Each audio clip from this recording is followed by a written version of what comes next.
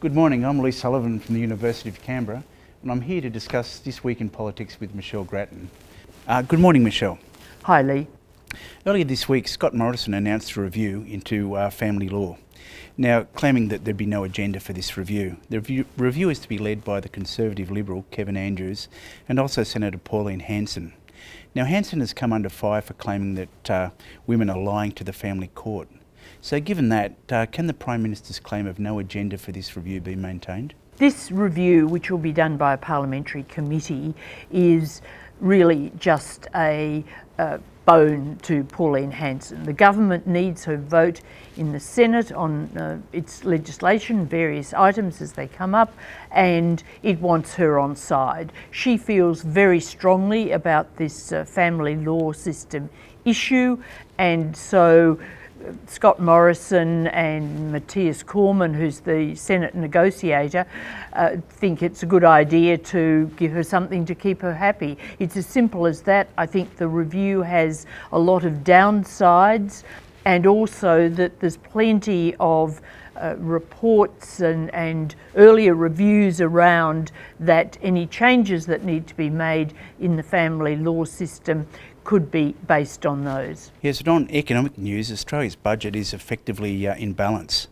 But considering there's been a huge underspend in the NDIS, is it as good an achievement as the government is claiming? Probably not, but nevertheless it is an achievement, and of course the government is very preoccupied with this whole question of getting into surplus. So while the outcome of the last financial year is a very small deficit, it's essentially balance, and that paves the way for a surplus in this current financial year.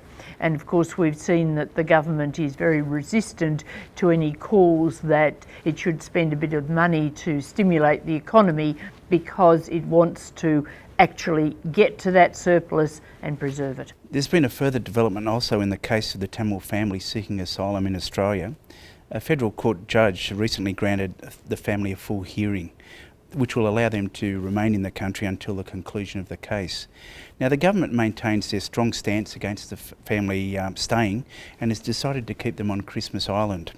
Why is the government so determined to keep this family away from the mainland? The government's argument is that demonstrators, activists would simply be outside anywhere that the family were confined on the mainland. It wants to not have a whole lot of activity around this issue. It doesn't want it in the spotlight, and it just wants to make its point that it thinks that this family should be deported, that they're not refugees. They have been found not to be refugees in a number of hearings so far.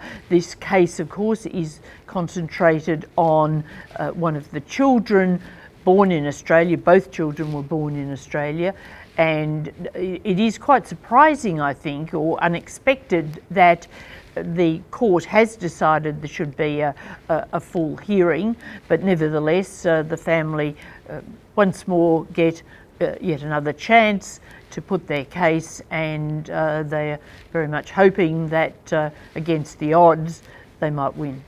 Yeah, now internationally, the United Nations has barred Australia from speaking at the United Nations Climate Change Summit. And this is along with other countries who support coal industry or are critical of the Paris Agreement.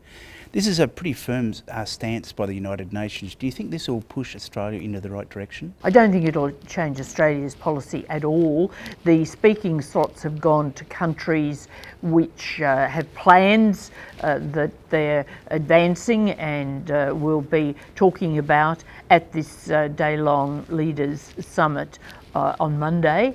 Scott Morrison, of course, will be in the United States. He's just landed this morning and he'll be in New York next week, but he's avoiding the Monday meeting by having a side trip. So certainly he doesn't want to raise the profile of the climate issue because of the criticisms of Australia. Yeah, and finally, in New South Wales, Premier Gladys Berejiklian faced the threat of a leadership move against her. This didn't materialise, but this was over a bill to decriminalise decriminalise abortion.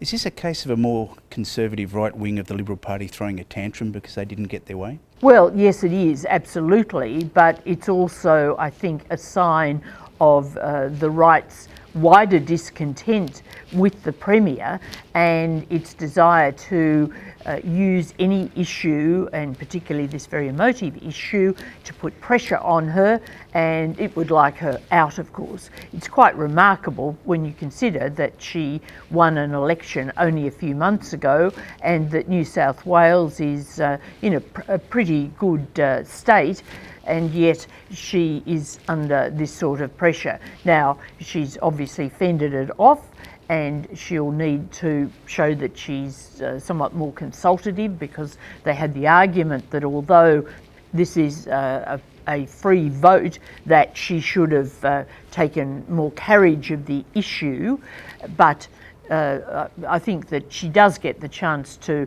readjust her leadership style somewhat, but nevertheless, this is a really destructive play by her critics. Well, it's interesting times as usual, Michelle, and I look forward to our discussion in future weeks. Thank you. Thanks a lot.